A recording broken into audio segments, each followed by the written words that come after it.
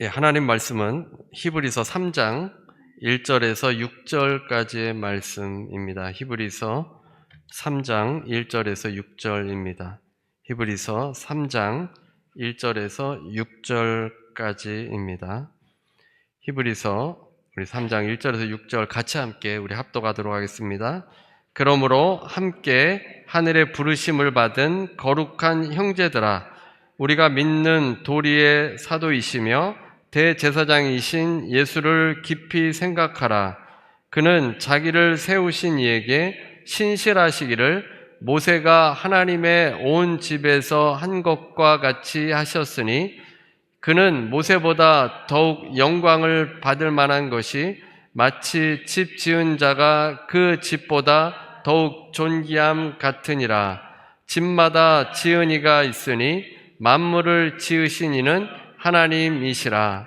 또한 모세는 장래에 말할 것을 증언하기 위하여 하나님의 온 집에서 종으로서 신실하였고, 그리스도는 하나님의 집을 맡은 아들로서 그와 같이 하셨으니, 우리가 소망의 확신과 자랑을 끝까지 굳게 잡고 있으면 우리는 그의 집이라. 아멘. 종교로 읽는 한국 사회라는 책이 이번 달 저희 목회자 독서 클럽에 지정된 책입니다. 그 책에 이런 예화가 있습니다. 서울로 올라온 청년들의 이야기입니다. 이 저자가 직접 들었다고 합니다. 야, 네 어떤 게 참말로 좋은 종교인지 아나? 뭔데? 통일교 아이가. 우째서 통일교는 교인이 되면 장가 보내준다 아이가. 참말로? 그러고 장가 가면 집도 준다 하더라. 집도? 그 참말로 좋은 종교네. 그럼 개신교는? 그건 좀 애매하다. 교회 가면 장가는 보내주는데 뭘 좀 많이 낸다 하더라. 뭐를? 헌금 내야 한다 아이가.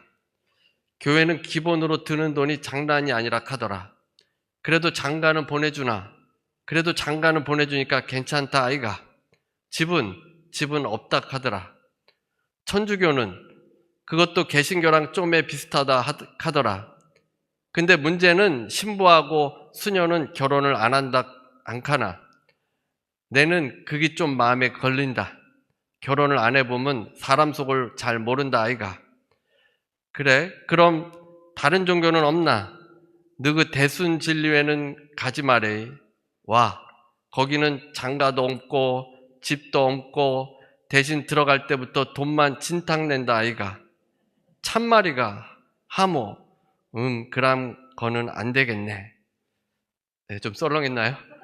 제가 좀 사투리를 좀 써봤는데, 이 청년들이 종교를 이제 쇼핑하듯이 이렇게 대화를 나눈 것을 이 저자가 직접 들었다고 합니다. 이 종교를 구분한다면 우리가 나에게 좀 더 유익이 되는 종교를 찾으려고 할 겁니다.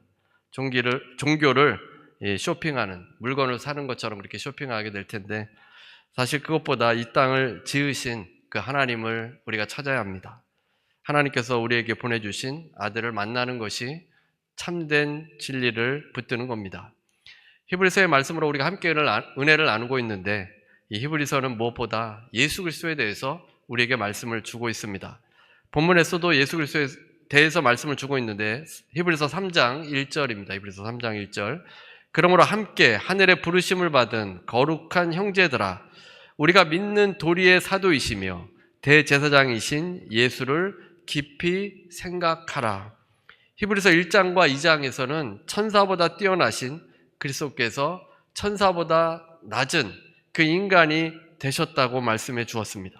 우리를 구원하시기 위해서 사람이 되셨고 우리를 형제라 불러주셨습니다. 이제 다시 히브리서 기록자가 3장으로 오면서 형제들아라고 부릅니다. 그러므로 함께 하늘의 부르심을 받은 거룩한 형제들아.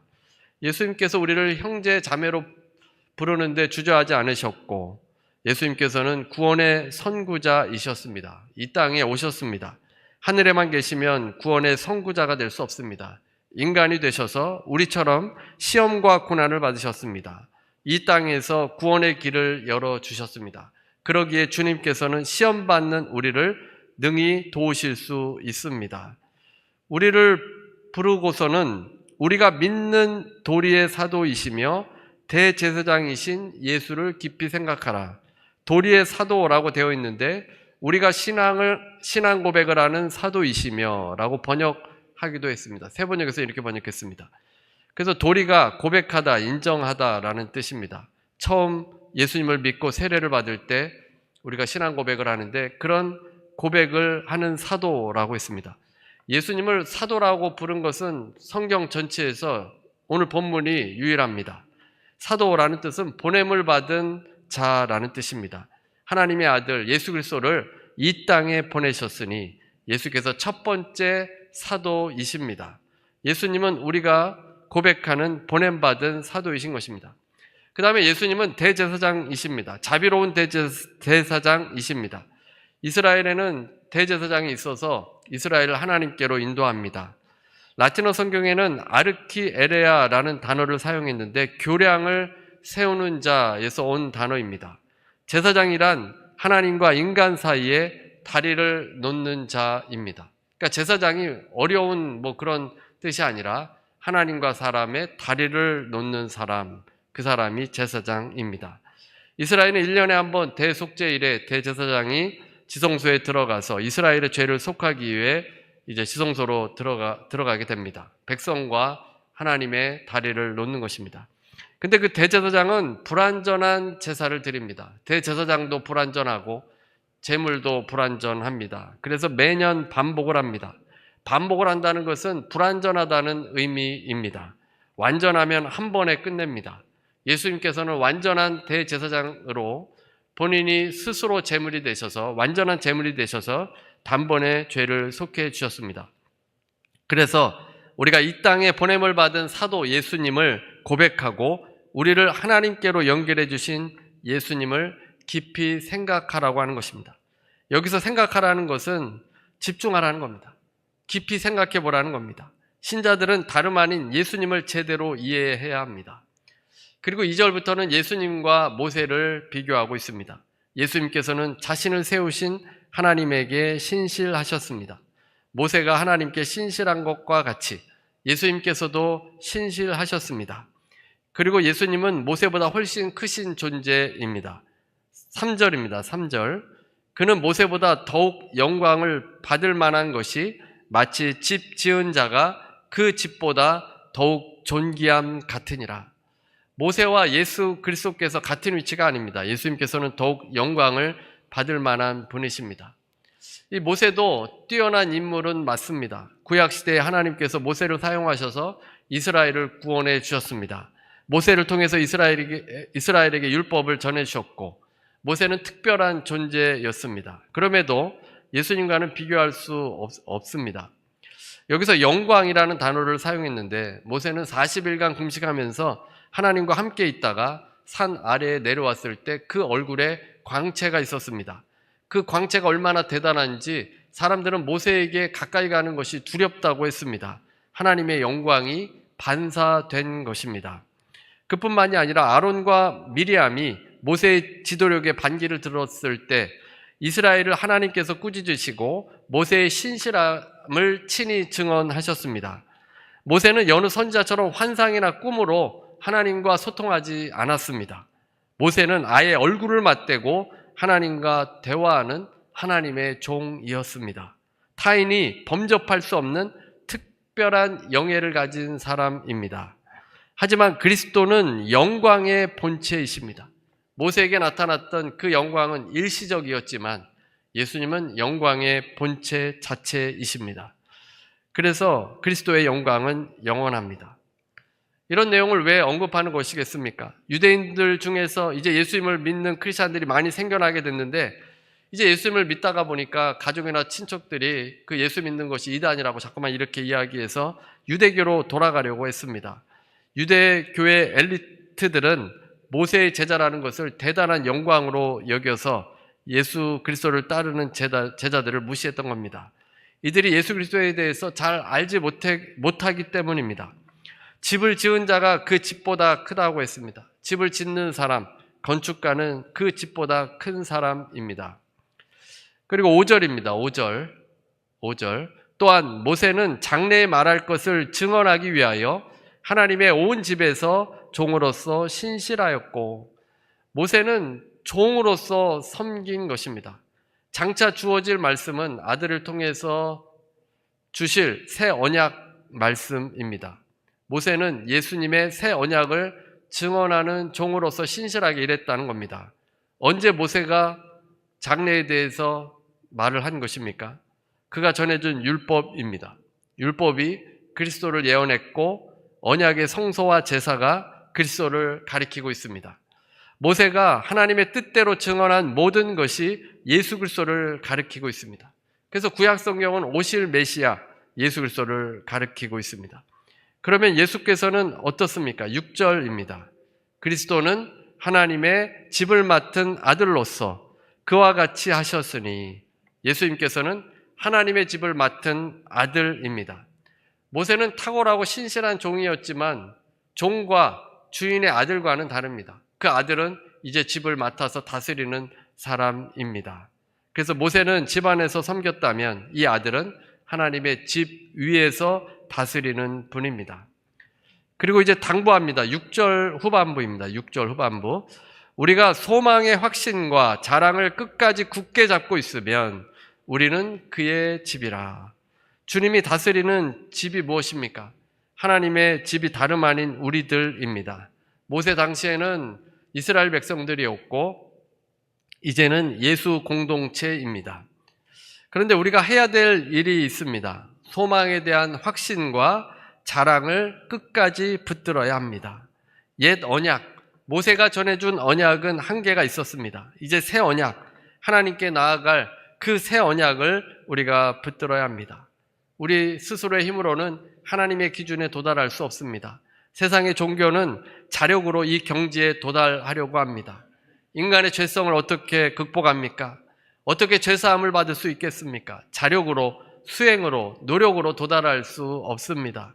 연약하고 부족한 우리를 위해서 인간이 되신 그리스도께서 선구자가 되어주셔서 그 길을 먼저 가셨습니다. 우리는 그리스도의 가신 길을 당당하게 걷고 또한 그리스도의 피를 힘입어서 성소에 담력을 얻어서 들어갈 수 있게 됩니다. 그래서 이 소망의 확신을 가져야 합니다. 소망은 과거가 아닙니다. 이제 나이가 여러분들이 많이 드셔서 점점 들어가고 있는데 과거 이야기를 많이 합니다. 앞으로는 계속 기력이 쇠해질 것만 남아있는 것 같습니다. 그런데 예수 믿는 자들에게는 소망이 있다는 것입니다. 죽음이 끝이 아니라 소망이 있는 사람들입니다. 예수를 깊이 생각하고 고백이 있고 소망이 있는 삶으로 살라는 것입니다. 노진준 목사의 믿음은 왜 필요한가? 라는 책에 보면 저자의 믿음에 대해서 고민한 흔적이 있습니다. 이분은 인터넷 쇼핑몰 아마존에서 $100짜리 상품권을 준다는 전자메일을 받았습니다. 간단히 설문에 답하기만 하면 된다고 했습니다. 3분이면 끝난다고 했습니다. 그래서 손해볼 것 없다 생각해서 이제 그 설문을 시작합니다. 처음에는 질문들이 어렵지 않았습니다. 그런데 갈수록 길어지고 곧이어 광고들이 올라왔습니다. 그 업체들에게 정보를 입력하도록 했습니다. 계속할지 말지를 고민하다가 잡지를 구독해야 하거나 광고 메일에 시달리거나 또 개인 정보가 요즘엔 많이 유출되지 않습니까? 그것이 걱정되어서 그만두었다고 합니다. 우리가 무언가를 얻을 때 이 공짜라고 하면 좀 별로 필요 없어도 그걸 이렇게 가지려고 하지 않습니까? 공짜니까 믿져야 본전이다 이런 생각으로 더 가지려고 합니다. 그러면 우리가 받는 구원은 어떻습니까? 구원에 대해서 설명하자면 사실 한도 끝도 없습니다. 하지만 구원을 우리가 급하게 누군가에게 전하기 위해서 단순하게 만들었습니다. 그게 너무 쉬운 말로 들립니다. 그냥 예수님 믿으면 구원받는다. 그 말도 맞는 말인데 사람들은 믿져야 본전이다 라고 생각하고 교회에 나오는 경우가 있습니다. 이 말은 $100만 복권에 당첨되었으니 거저 가져가라 라는 말로 들립니다. 그러니까 이 세상에 어떠한 것보다도 소중한 게 구원 아닙니까? 우리가 이 땅에는 잠깐 살아가지만 죽은 이후에는 영원히 살게 되는데 구원을 그냥 거저 준다는 겁니다. 나오기만 하면 믿기만 하면 가져갈 수 있다. 이렇게 말을 한다는 겁니다. 그래서 그것은 지적 동의이다. 이렇게 저자는 정의를 내리고 있습니다. 지적으로, 그러니까 그 설명을 듣고 지적으로 동의하는 요소라는 겁니다. 머리로 이해되는 것을 믿는다고 착각하는 겁니다. 예수께서 십자가에 죽으시고 부활하신 그 사실을 머리로 이제 알게 됐으니 나는 믿는다라고 착각한다는 것입니다. 그런데 그렇게 지적인 동의가 구원이었던 때가 있습니다. 예전에는 예수님을 믿는다라고 하더라도 믿져야 본전이 아니라 목숨을 잃을 수 있었습니다.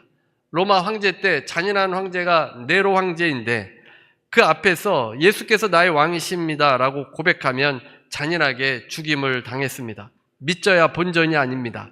지적인 동의는 있지만 그 상황에서는 예수님을 나의 주님이라고 말하는 사람들은 모두 진실된 예수님을 주인으로 섬기고 모시는 진정한 크리스찬들이었습니다.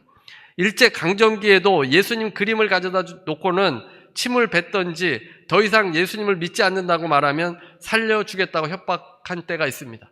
그때 예수님을 나의 왕으로 나의 구주로 믿는다, 지적 동의를 공개적으로 고백하면 감옥에 갇히거나 죽게 되었습니다.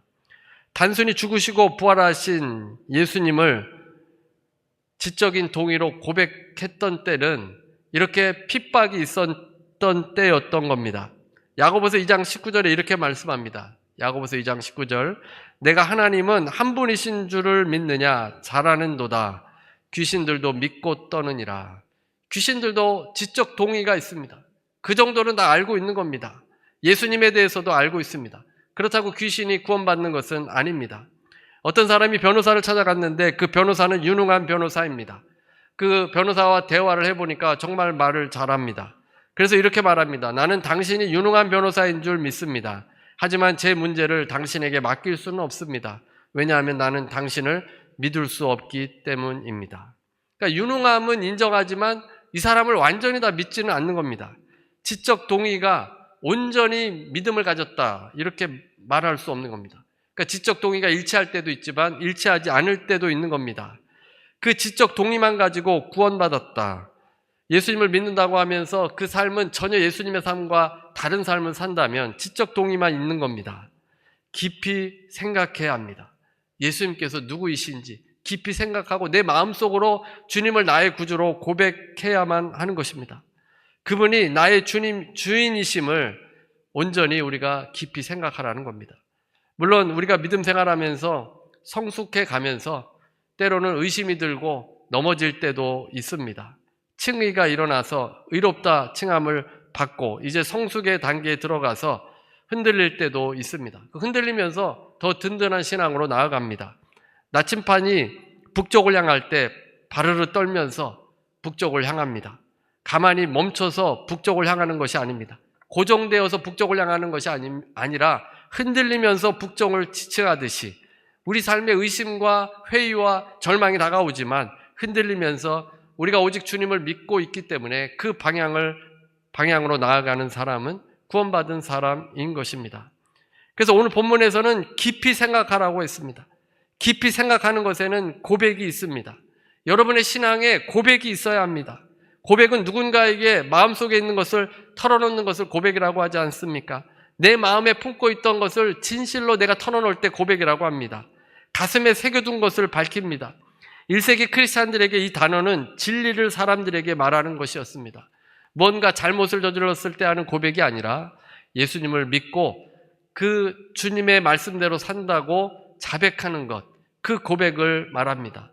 아마도 여러분들이 신앙생활 많이 해왔으니까 이런 질문을 들어봤을 겁니다. 정말 예수님을 믿어? 이렇게 친구들이 물어보았을 때 나를 구원하신 그 예수님을 나는 정말 믿는다, 이렇게 하셨다면 고백이 있는 겁니다. 그분은 구원받은 사람인 것입니다. 이슬람 문화권에서는 예수님을 믿어도 평생 가족에게 말하지 않는 경우가 있다고 합니다. 자신이 크리스찬이라고 밝히면 형제들에게 죽임을 당할 수 있기 때문입니다. 그래서 용감하게 고백하고 순교를 당하는 분도 있지만 경우에 따라서는 밝히지 못하는 겁니다. 너무 두렵고 겁이 나서. 자기 혼자 예수님을 그렇게 믿고 있다가 이제 숨을 거둘 때 밝히는 겁니다. 온 가족이 다 모여있는 그때 사실 나는 예수님을 믿는 크리스찬이었다, 이렇게 말하고 죽는 겁니다. 그러면 그동안에 많은 그 친지와 그 가족과 자녀들은 아버지가 크리스찬이었구나, 이거를 이제 죽을 때 알게 되는 겁니다. 그런 고백, 우리가 예수님을 진실로 믿는다면 이런 고백이 있어야 합니다. 큰 위협을 당하지 않아도 때로는 우리 일상 가운데 이런 고백이 필요할 때도 있습니다.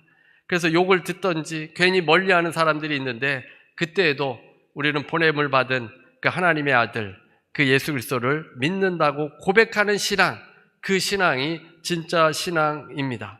단순한 지적 동의가 아니라 고백입니다. 머리로만 이해하는 것이 아니라 가슴으로 고백하는 신앙이 진짜 신앙입니다. 생명의 삶 묵상 화요일에 민수기 35장에 도피성과 대제사장의 죽음이 나옵니다. 누군가 우연히 사람을 죽였을 경우에는 도피성에 피하면 살 수 있었습니다. 그의 행동이 실수였음이 판명되면 보복을 당하지 않도록 도피성에 보냈습니다. 민수기 35장 33절 우리말 성경입니다. 너희가 있는 땅을 더럽히지 말라. 피 흘리는 것은 땅을 더럽히는 것이다. 피 흘린 사람의 피 외에는 거기에 흘려진 피를 속죄할 것이 없다. 땅이 속함을 받는다는 표현이 있는데, 어떻게 땅이 죄를 짓습니까? 사람이 죄를 짓지. 사람이 죄를 지으면 그 피가 땅에 흘러지게 되면 땅이 오염이 되는 겁니다. 그래서 땅이 속함을 받아야 하는데, 그 속함을 받는다라는 단어가 키페르라는 단어입니다. 히브리어로. 배상과 정화라는 의미를 가지고 있습니다. 무고한 피가 땅에 흘려 더럽혀지면 살인자의 피로 그 땅을 씻어내고 희생을 배상해야 합니다. 그러니까 인간의 살인으로 인해서 지어진 죄는 그 생명으로만 갚을 수 있다는 겁니다. 살인자의 생명만이 그 죄를 배상할 수 있습니다. 그 당시 고대 근동의 모든 법전에는 살인죄에 대한 배상 규정이 나옵니다. 그러니까 내가 누구를 죽였다 하더라도 내가 죽지 않아도 돈으로 갚든지 어떤 다른 것으로 배상하는 그런 방법이 있었습니다. 지금도 누군가를 죽여도 사형당하지 않고 감옥살이해서 그렇게 배상하는 경우가 있지 않습니까? 그러나 이스라엘만큼은 생명이 그 죄를 배상해야만 했습니다. 생명에는 생명으로 속죄할 수 있습니다. 그래서 고의로 사람을 죽였을 경우 반드시 그 사람의 생명으로 배상을 해야만 했던 겁니다. 그런데 이제 실수로 사람을 죽인 경우입니다. 억울하지 않습니까? 내가 죽이려고 한 것도 아닌데 잘못 사고로 죽게 된 겁니다. 그런 사람들은 도피성에서 이제 살도록 했는데, 대제사장이 죽을 때까지 거기에 은신해 있다가 대제사장이 죽으면 비로소 무죄 석방이 돼서 집으로 돌아갈 수 있었습니다. 오늘 본문에서도 보았지만 예수님께서 대제사장이십니다. 대제사장이 죽으면 자기 땅으로 돌아갈 수 있었습니다. 이 민수기의 말씀은 참으로 놀라운 말씀입니다. 상징성을 가지고 있습니다. 예수 그리스도의 십자가의 복음은 대제사장의 죽음과 연결이 되어 있다는 것입니다. 대제사장의 죽음이 속죄의 의미를 가지고 있는 겁니다. 그리스도의 십자가라는 완전한 속죄 사건을 예표하는 것입니다. 미리 보여준 것입니다. 도피성에 있던 죄인이 대제사장이 죽을 때 어떻게 풀려날 수 있겠습니까?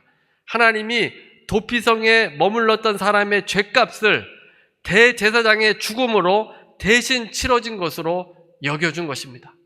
생명이 죽었는데 생명으로만 이 사람의 죄가 속해지는데, 대제사장이 죽었을 때 그 생명으로 이 도피성에 있는 죄인을 풀어주게 되었다는 겁니다.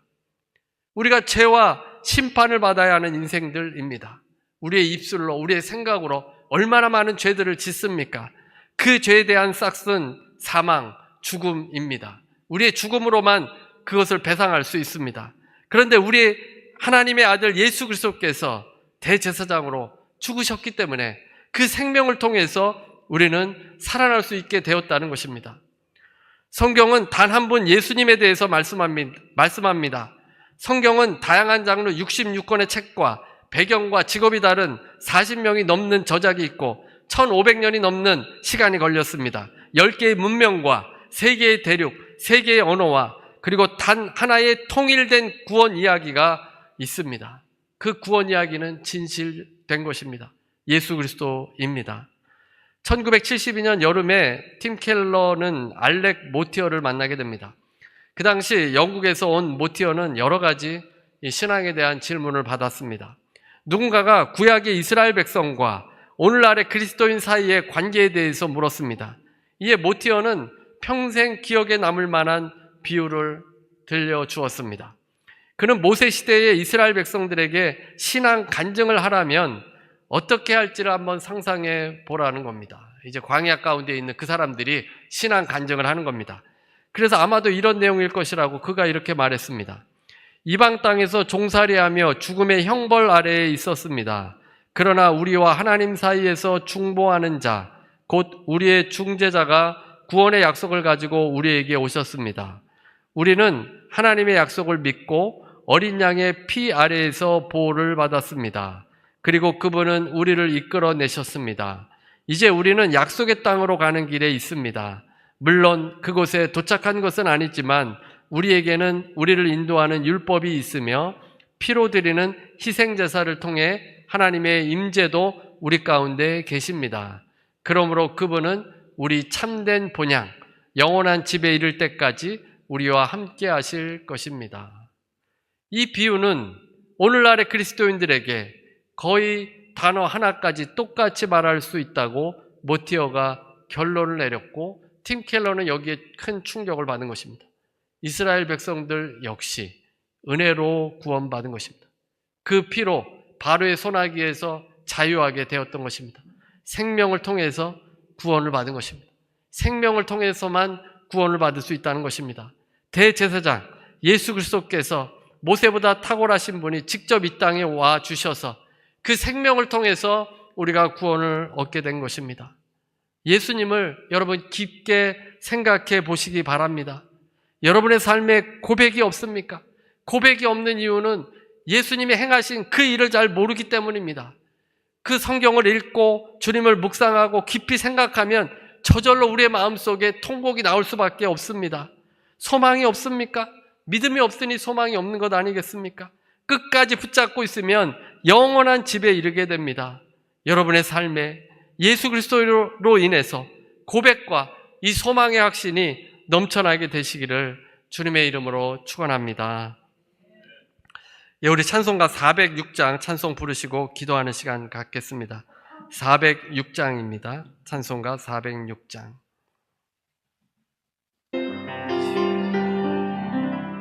은혜로우신 하나님 감사합니다. 아버지, 우리가 다른 것보다도 예수님을 깊이 생각하게 해주셔서 하나님 우리의 신앙 가운데 고백이 있게 해 주옵소서. 아버지, 단순히 지적인 동의가 아니라 아버지 주님을 내 구주로 섬김으로 인해서 아버지 우리의 입술로 고백할 수 있도록 아버지 하나님을 믿지 않는 자들에게 고백할 수 있는 그 신앙이 되게 하시고, 하나님 우리 안에 소망이 시들어져 가고 있습니까? 신앙을 다시 굳건하게 해주셔서 소망이 살아나게 해주시고 끝까지 굳게 잡고 있으면 영원한 집에 이른다고 하였습니다. 아버지, 이 신앙으로 나아갈 수 있도록 함께 해주시고 인도해 주옵소서. 아버지, 우리 지체들 병으로 고통당하는 지체들이 있습니다. 문제로 어려움을 당하는 지체들이 있습니다. 이 시간에도 예수 그리스도의 보혈로 그 피로 발라주시고 주님께서 그 마음을 어루만져 주셔서 예수님으로 인해 힘을 얻게 하여 주시고 다시 일어설 수 있게 하여 주시고 주님께 영광 돌릴 수 있게 해 주옵소서. 예수 이름으로 명하노니 모든 병만은 떠나갈지어다.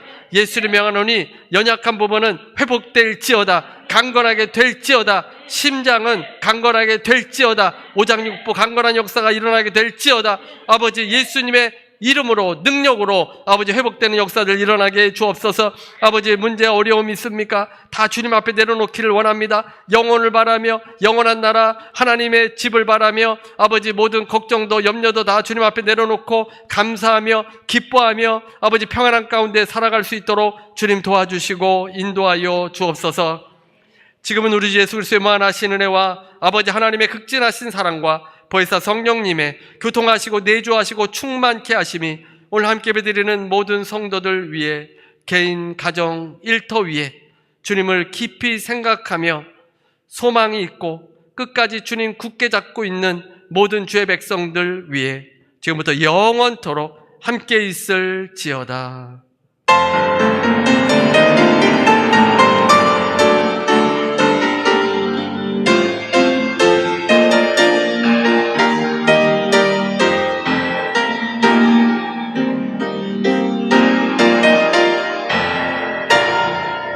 하나님께 감사의 박수 드리시겠습니다.